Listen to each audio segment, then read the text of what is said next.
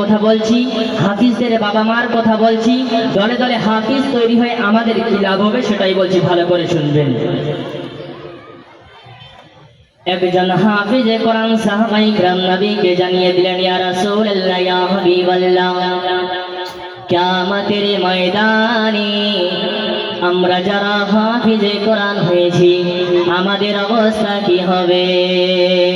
নবী আমার জানিয়ে দিলেন, সাহাবায়ে কিরাম শুনে নাও, কিয়ামতের ময়দানে হাফিজদের বাবা মার জন্য একটা স্পেশাল ময়দান কায়েম হবে। জোরে বলা যাবে না সুবহানাল্লাহ?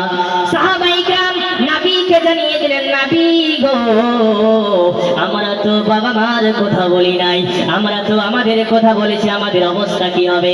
নবী আমার জানিয়ে দিলেন, সাহাবায়ে কিরাম শুনে নাও, ইকরা ওয়ারতাকি ওয়ারাত্তিল কামা কুনতা তুরাত্তিলু ফিদ দুনিয়া ফাইন্না মানজিলাকা ইনদা আখিরি আয়াতিন তাকরাউহা।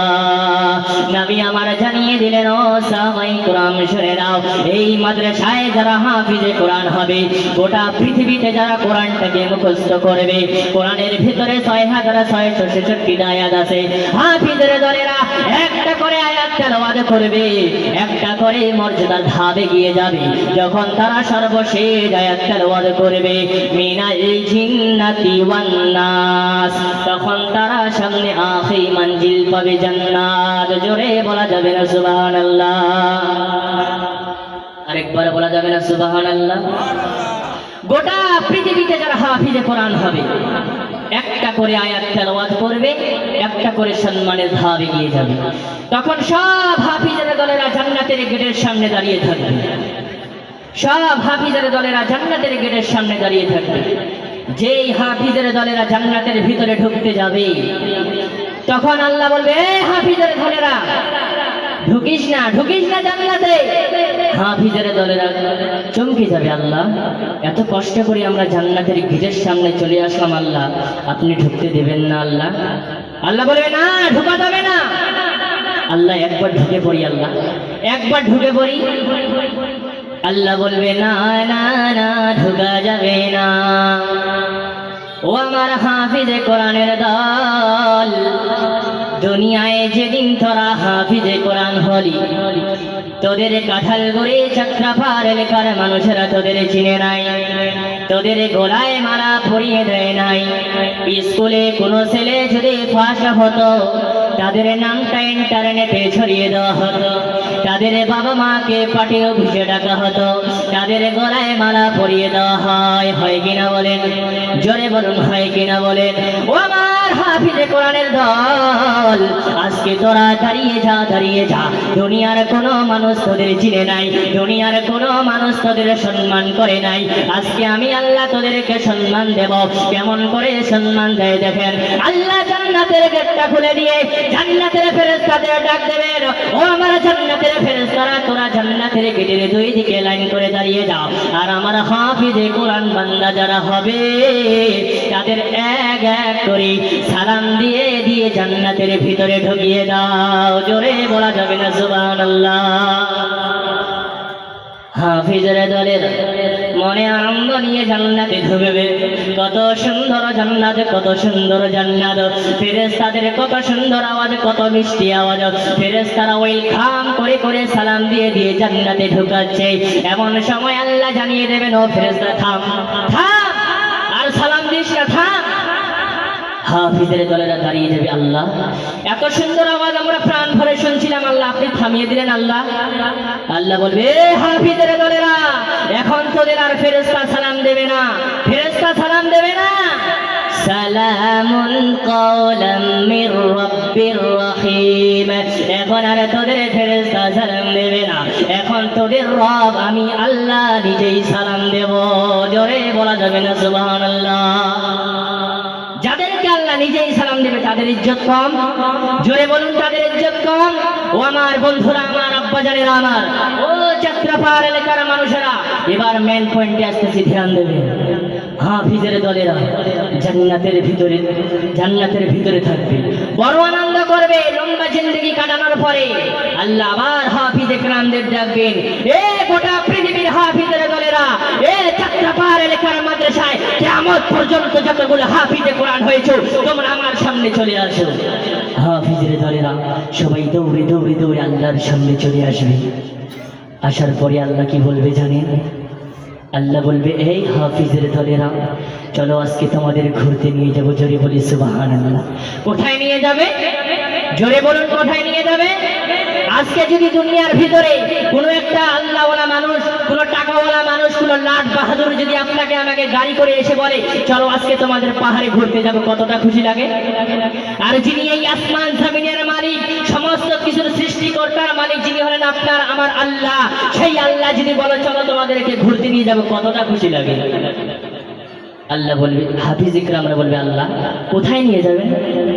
আল্লাহ বলবে, চলো আজকে তোমাদের জান্নাতের বালাখানায় নিয়ে যাব। আরেকবার বলা যাবে না সুবহানাল্লাহ? হাফিজেরা দলেরা মনে আনন্দ নিয়ে বলবে, চল চল চল আল্লাহর সাথে জান্নাতের বালাখানায় উঠে যাই। সব হাফিজেরা দলেরা দৌড়ে দৌড়ে আল্লাহর সাথে জান্নাতের বালাখানায় উঠে যাবে।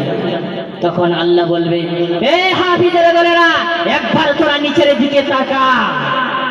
যেই একবার নিচের দিকে তাকাবে আগুন দেখতে পাবে, আগুন দেখে ভয়ে চেহারাখানা ফিরিয়ে নেবে। আল্লাহ আমাকে কেন আগুন দেখাচ্ছেন? আমাদের কেন আগুন দেখাচ্ছেন মাওলা? আমরা তো আগুন দেখতে চাই না মাওলা, আমরা তো জান্নাতি হয়েছি মাওলা, আমরা আগুন দেখতে চাই না মাওলা, আমরা আগুন দেখতে চাই না, আমরা আগুনকে বড় ভয় করি মাওলা। আল্লাহ বলবে, হাফিজরা দলেরা তাকাও, আরেকবার নিচের দিকে তাকাও।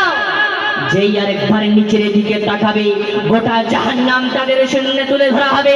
একজন হাফিজ একরাম চিৎকার মেরে বলবে, ওগো মাওলা এই মানুষটাকে আপনি বাঁচান মাওলা, এই মানুষটাকে আপনি বাঁচান, যাকে আপনি দাঁড় করিয়ে রেখে লটকিয়ে রেখে মাথাটা আগুনে দাউ দাউ করে জ্বলতেছে, মাওলা আপনি তাকে বাঁচান মাওলা, তাকে আপনি বাঁচান।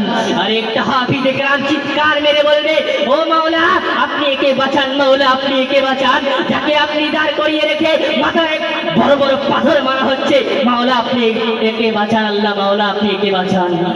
এইভাবে গোটা পৃথিবীর হাফিজের দলেরা চিৎকার মারবে আর কান্না করে আল্লাহকে বলবে, আল্লাহ এদেরকে বাঁচান। তখন আল্লাহ বলবে, এই হাফিজের দলেরা তোরা কান্দিস কেন রে? তোরা কান্দিস কেন? এদেরকে তোরা চিনিস? হাফিজের দলেরা বলবে, আল্লাহ চিনি, আমরা চিনি একে। আরে এদেরকে তো এদের নিজের বাবা মা চিনে নাই। যাও মায়াফিরুল মারউ মিন আখি ওয়া উম্মিহি ওয়া আবি ওয়া সাহিবাতিহি ওয়া বানি। একটা নেকির কারণে সে ভাইয়ের কাছে গিয়েছে, ভাই বলে দিয়েছে দুনিয়ায় কোনো আমার ভাই ছিল না। একটা নেকির কারণে সে মায়ের কাছে গিয়েছে, মা বলে দিয়েছে দুনিয়ায় কোনো আমার সন্তান ছিল না। একটা নেকির কারণে সে বাবার কাছে গিয়েছে, বাবা বলে দিয়েছে দুনিয়ায় কোনো আমার সন্তান ছিল না। একটা নেকির কারণে সে সুন্দরী বিবির কারণে গিয়েছে, বিবি ইনকার করে দিয়েছে দুনিয়ায় কোনো আমার স্বামী ছিল না। একটা নেকির কারণে সে সন্তানের কাছে গিয়েছে, সন্তান বলে দিয়েছে দুনিয়ায় কোনো আমার বাবা ছিল না। এদেরকে তো এদের নিজেরাই চিনে নেই, তোরা কেমন করে চিনলি? তোরা কেমন করে চিনলি? হাফিজের দলেরা বলবে, আল্লাহ এই যে মানুষটাকে আমি দেখতে পাচ্ছি মাওলা, যাকে আপনি লটকে রেখে মাথাটা আগুনে দাউ দাউ করে জ্বলতেছে, মাথার মগজগুলো টাস টাস করে ছিটকে ছিটকে পড়তেছে মাওলা, এই মানুষটা একটা ভালো মানুষ ছিল। একটা সময় আমাদের ছাত্র মাদ্রাসা আসতো, একটা সময় আমাদের মাদ্রাসা আসতো, হুজুরদের পাশে বসে গল্প করতো।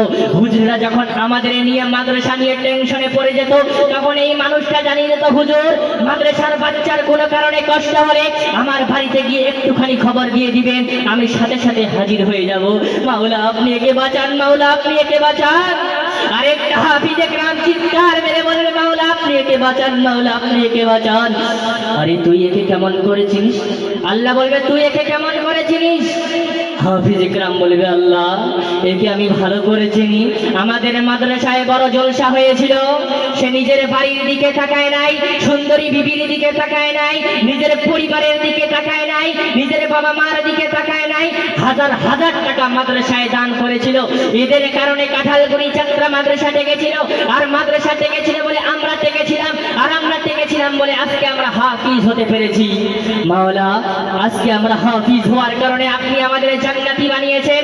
মাওলা এরা যারা জাহান্নামের আগুনে জ্বলতেছে তাদের তিল তিল করে টাকা পয়সা যদি এই মাদ্রাসায় না আসতো, আমরা হাফিজ হতে পারতাম না, আমরা হাফিজ হতে পারতাম না।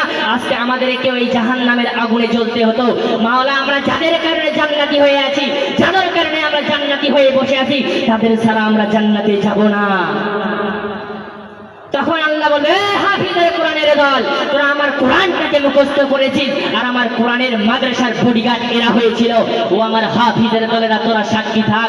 তোরা শুধু চোখে একবার ইশারা কর, জাহান্নামের দিকে তাকিয়ে দেখ। তোরা যাদেরকে চিনিস, তোদেরকে যারা মহব্বত করেছিল, তোদের মাদ্রাসাকে যারা মহব্বত করেছিল, তোদের ওলামায়ে কেরামদের যারা মহব্বত করেছিল, তোরা শুধু চোখে একবার ইশারা করবি, আমি আল্লাহ জাহান্নাম থেকে উঠিয়ে জান্নাতি বানিয়ে দিতে দেরি করব না। জোরে বলি সুবহানাল্লাহ। এ হাফিজের দলেরা, তোদেরকে আমি এতটা পাওয়ার দিয়ে দিলাম, তোদেরকে আমি এতটা হিম্মত দিয়ে দিলাম, তোরা শুধু একবার ইশারা করবি 10টা জাহান্নামের দিকে। কয়টা জাহান্নামের দিকে? 10টা জাহান্নামের দিকে শুধু একবার ইশারা করবি। আমি আল্লাহ 10টা জাহান্নামীকে একটা হাফিজের বদৌলতে 10টা জাহান্নামীকে নাজাত করে দিয়ে জান্নাতি বানিয়ে দিব। জোরে বলি সুবহানাল্লাহ। আরেকবার বলা যাবে না সুবহান?